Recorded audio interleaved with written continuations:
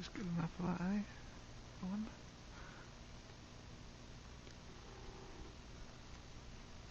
Yeah. Skittish little creatures, aren't you? Well, maybe not that skittish.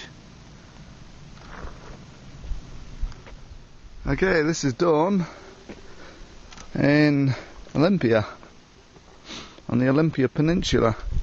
I'm on Hurricane Ridge, and that down there is Vancouver on the other side of the straits, and this is all fogged in, and I've got my little time lapse going to record the sea fog burning off.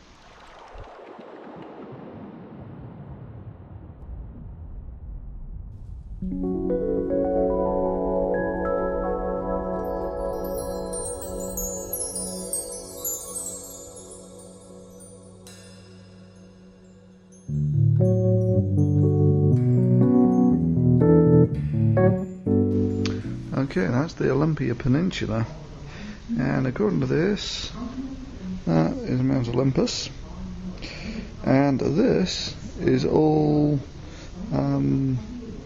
basaltic lava deposits, and this, Mount Olympus, is sedimentary.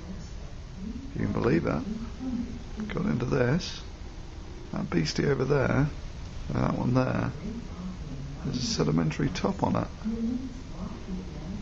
So it's not volcanic at all. Well, it is and isn't. The uplift, this is all obviously volcanic, and the uplift was volcanic.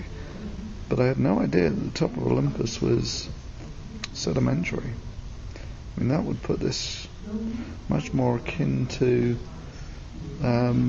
glacier.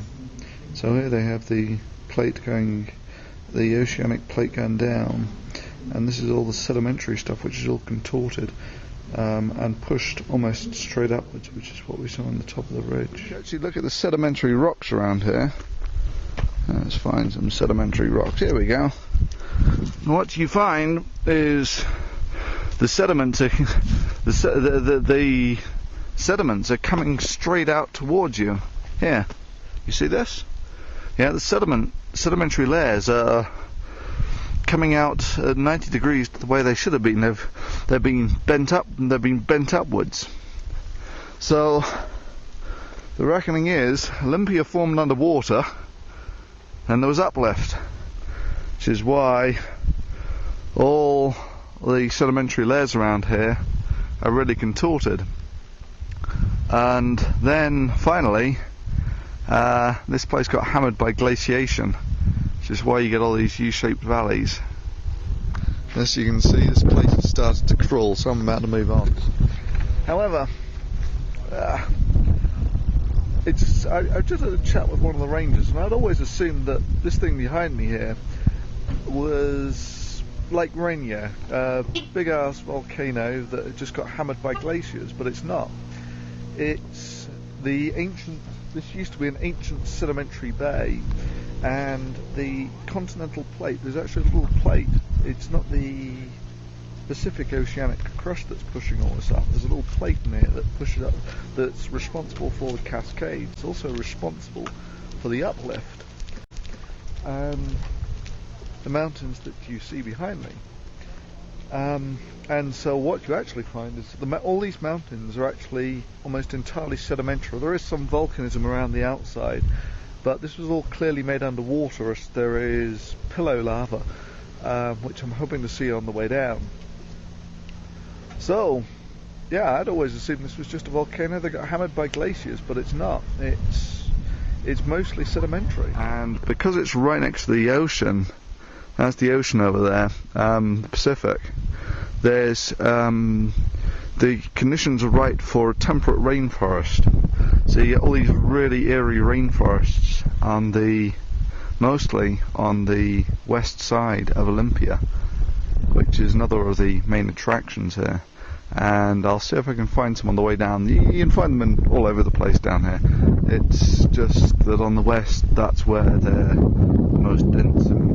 Okay, this is up on the Olympic Peninsula, or on the coastal side, that's the west side, and everything gets really hammered with rain, so you get these temperate rainforests where you get some really quite strange growth. So this is one tree that is grown out of the stump of another,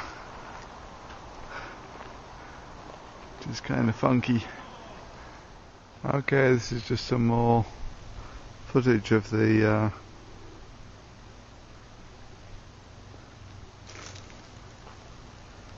sort of thing that you get in these temperate rainforests. As you can see, everything is absolutely covered with green living stuff.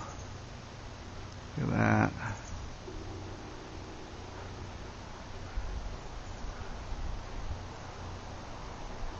And quite often the trees, you'll get trees growing out of trees.